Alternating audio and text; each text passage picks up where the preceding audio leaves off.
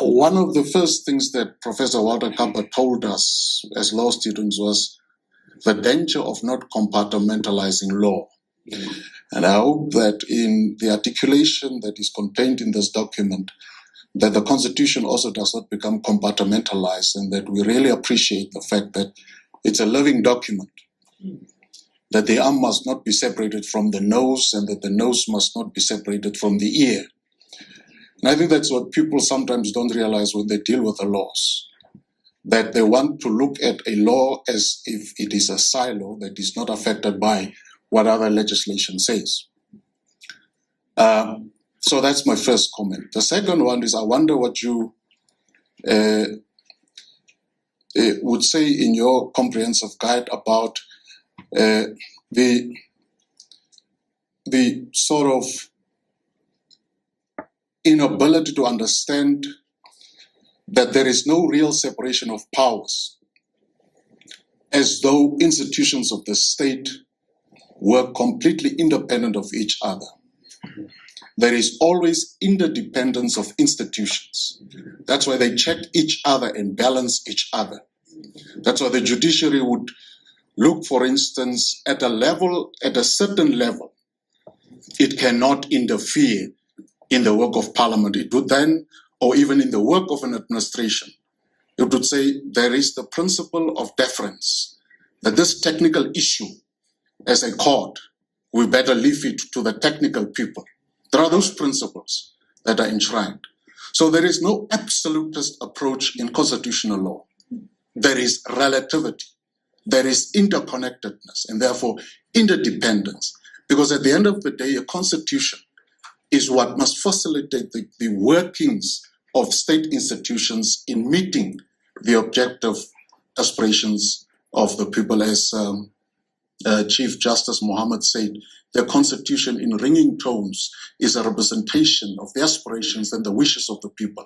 The court can't sit there and articulate laws that they must interpret without any reference to what the National Assembly does. Nor can the executive sit behind Downrest Mountain and make laws without the involvement of the parliament. So I think that, I hope, is well appreciated, that there is interdependence of institutions. Thirdly, I wonder how you have dealt with Article 41, ministerial accountability, which is an area where we are doing very poorly in this country. And fourth and finally, to Dr. Nakuta, I think we'll accept the parts of shame as members of parliament that is due to us. But I think I would want to throw back parts of the shame to you and to the voters. How is parliament constituted? It's not constituted by people that are at a church service and the Holy Spirit says you and you and you are now members of parliament.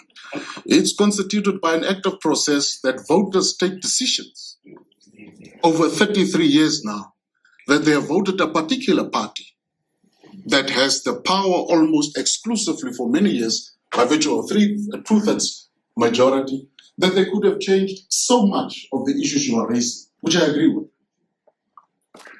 Now today all of parliament must be put to shame, but there is a fundamental power that is the majority in parliament that must have the largest share of the shame. Because even if you bring amendments to court, to law, to parliament, you have to suck up to even the most uneducated member of parliament because they belong to the other political party. So you are an academic. You are putting us to shame. I accept that shame. But put it to the voters also. Let the voters bear the brunt of their own decisions. Let them bear the brunt of their own decisions that we vote in a particular way.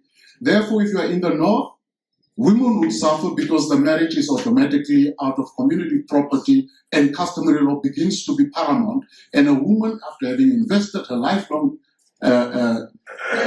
productive years, would be stripped, as was in the 19th century, as was in the 17th century, would be stripped of all assets when the husband passes on. There was a political party that was ruling and is ruling for 33 years now. What have the voters been doing?